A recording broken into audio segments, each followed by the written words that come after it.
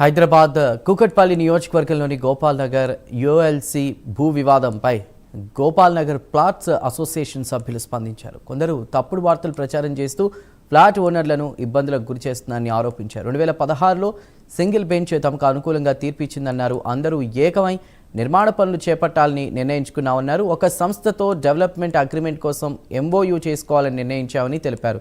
అయితే ఈ ప్రక్రియలో 90 మంది ఓనర్లు ఎంఓయూ కుదుర్చుకుని కంపెనీకి ₹1,00,000 చెల్లించారని తెలిపారు. కోట్ల రూపాయలు చేతులు మారదాయనేటువంటి వార్తలు అబద్ధమన్నారు. ఈ భూమి విషయంలో అవసరమైతే ఎంత దూరమైనా పోరాడేందుకు సిద్ధమని వారన్నారు. బలవంతం ఎవడన్నా చేశాడో అడగొచ్చు. ఇంకోటి వీళ్ళ మేమేం చెప్తున్నాం అంటే ఈ మధ్యలో ఈ ప్లాట్ ఆయన ఇవ్వాల, ఆయనకి ఇష్టం ఉంటే రావచ్చు. మాకు చేత కాక మేము డెవలప్మెంట్కి వెళ్ళాం. నీకు ఓపిక ఉంది, కట్టుకుంటున్నాను, కట్టుకో. ఆ డెవలప్మెంట్ తీసుకొచ్చిన తర్వాత మాకు సంబంధం లేదు. We are not forcing anybody. దీంట్లో ఎవరిని మనం ఫోర్స్ చేయట్లా.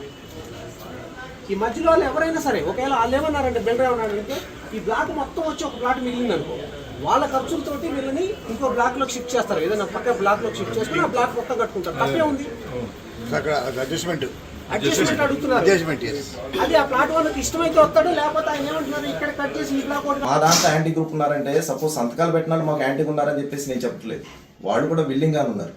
కాకపోతే వాళ్ళకున్న పర్సనల్ అప్లికేషన్స్ వల్ల రాలేదు. కానీ మాకు ఏ రోజు కూడా శ్రీనివాస్ ఇట్లా చేస్తున్నాడు, తిలక్ ఇట్లా చేస్తున్నాడు అని మా మీద యాంటీ కామెంట్ చేస్తున్నాడు కానీ, లేకపోతే యాంటీగా మాట్లాడినాడు కానీ, లేకపోతే బయటికి వెళ్ళేసేసి వీళ్ళు మాది లాక్కుంటున్నారని కానీ చెప్పిన వ్యక్తులు ఒక్కళ్ళు కూడా లేరండి. మీడియాకి సమాచారం ఇచ్చిన కాదండి. ముందు చెప్పండి. ఇంతకుముందు కూడా వేరే మీటింగ్ దగ్గర ఇంతకుముందు కూడా యాక్చువల్గా అది పత్రికా సమావేశంలో చెప్పొచ్చు లేదు, మీ సమక్షంలో జరిగింది. ఎమ్మెల్యే గారి దగ్గరికి ఒక 15 మంది 20 మంది వెళ్ళారండి. వాళ్ళలో ఒక్క మెంబరే మా యూఎల్సీ మెంబర్. రిమైనింగ్ వాళ్ళంతా ఎవరంటే నాన్ యూఎల్సీ మెంబర్స్ గూగుల్ ప్లాట్లో వాళ్ళని తీసుకెళ్ళేసి అక్కడ కూర్చోబెట్టి ఇట్లాగే ఫోటోలు తీసేసి దాంట్లో పబ్లిష్ చేశారు. సో దానివల్ల డ్యామేజ్ అవుతుంది ఎవరంటే రియల్ ఓనర్లు ఎవరైతే ఉన్నారో, ఎవరికైతే న్యాయం చేస్తామని చెప్పేసి వాడు బయట చెప్తున్నారో, ఒరిజినల్ ఓనర్స్కి ఇక్కడ అన్యాయం జరుగుతుంది. సో ఆ విషయాన్ని గ్రహించి మాకు న్యాయం చేయవలసిందిగా మిమ్మల్ని కోరుతున్నాం.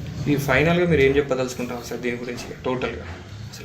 ఇప్పుడు మీకు 90 మంది అంటే మామూలుగా మీకు మేము నమ్మి వచ్చారంటున్నారు కదా, ఆ 90 మందికి మీరు భరోసాని ఇస్తున్నారా? ఇట్లా ఏం చేయాలి? 100% నెక్స్ట్ అండి, 100% ఇస్తాము.